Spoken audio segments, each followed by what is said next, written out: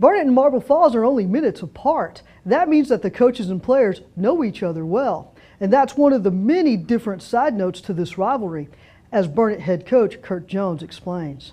Oh, it's like so many rivalries in the state of Texas, just two great communities that are, not too far apart, and very proud communities that get a chance to go compete against each other. And, when it happens in the fall and football season, there's always a big buzz around it. So it's a lot of fun. We get up for the game, they do too, and it's a chance to go out and test ourselves and go get after the Mustangs a little bit. Now, in years past, I think both coaches have noted that it's one of the harder hitting games on their schedule on both sides. Is there any reason to think that it's going to be any different this year? Oh, I don't know about the hardest hitting game. I guess there's probably what people sometimes, you refer to a rivalry block or a rivalry hit, I'm sure there will be some of those that will be in the game as well, but it's not as if we prepare any differently or the kids go out and try to hit any harder in this game, I don't think. It's just, I don't know, maybe there's a little bit different energy in this game, especially in the early quarters.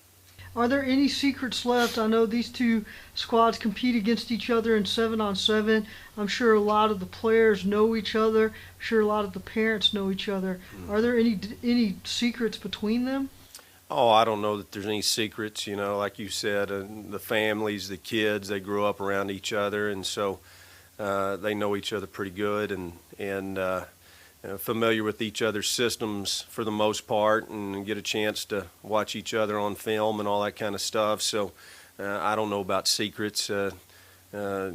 Maybe each of us have a little secret up our sleeve. We'll just have to wait and see. What do you think of the Mustangs offensively?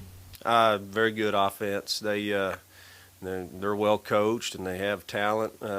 Great kid at receiver and running back. The young quarterback is playing well for them, and they've got their O-line going. They've got other receivers as well. I know Greg gets a lot of the attention, but they've got plenty that can catch the ball for them and make plays. And so, they have a lot of opportunities to go out and make things happen offensively. Keith Jerome does a great job running the ball for them, and so they've got our defense's full attention. We'll have our hands full trying to slow them down. Have you guys faced a back yet, like a Keith Jerome? Because I don't know that you faced many 6'4" receivers so far. Right. I know it's only week 3, and I know that Ty Coffey at 6'2", 6'3". I don't know that y'all faced many teams so far that have featured one receiver of that height, or two for that matter, in the same game. Yeah, and I don't know that we have or haven't. I know that they're talented, and that's a big part of rivalries like this, is for your kids to have a chance to go out and step up to the occasion, and that's what makes rivalries so great. That's what makes for big games and rivalries like this is challenging your kids to go out and stop great players like that. Okay. Let's switch over to the other side of the ball. We started with their offense because I know you're a former defensive coordinator. But on the other side of the ball, since you do know the defense, what do you think the Mustangs defensively? I think, they're under new leadership, and you can tell, their schemes changed a little bit, but they're a little more active. I think they move around and fly to the ball a little bit better than they have maybe in the past. So we know that it'll be a challenge to move the ball against them, and we're going to have to be sharp in everything that we do to be able to do that. What will the winning team do that the losing team will not do? Yeah. Well, I was about to say, I don't know how many predictions you get out of head coaches there. I think the winning team just goes out and does the kind of things that you have to do to win football games, The only way we want to give the ball to the other teams to kick it to them. So we got to protect the football. We're going to have to slow down their offense and play solid defense, and we're going to have to take advantage of the opportunities that we can make on offense. And you go out and you play hard and you win the physical end of the game and do those kinds of things of protecting the ball, then you're going to have a great chance of winning it. Where do you think Derek Kaiser has improved the most since from 2012 to 2013?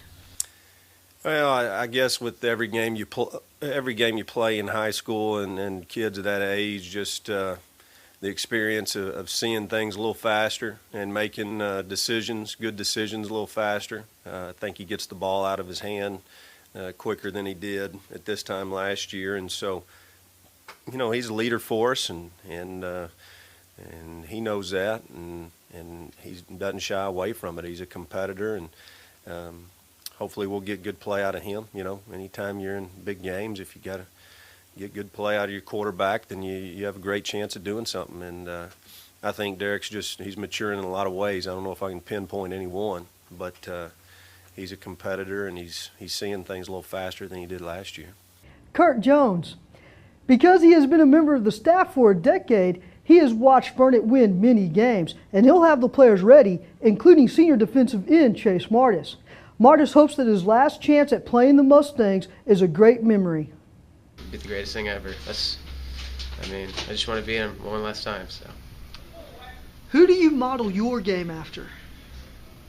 Is there somebody you look up to? J.J. Watt. Why him? He just goes crazy. He loves the sport, and he always flies the ball. He loves it. So. I want to ask you specifically about the Marble Falls run game this week. What are you thinking when you think about the Marble Falls run game? What are some of the things that come to mind?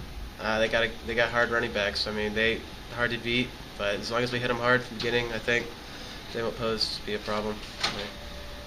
Tell me about being a defensive end. What do you like best about it? It's the best position. Every play you go as hard as you can. It's just go and try to beat the guy every time. So.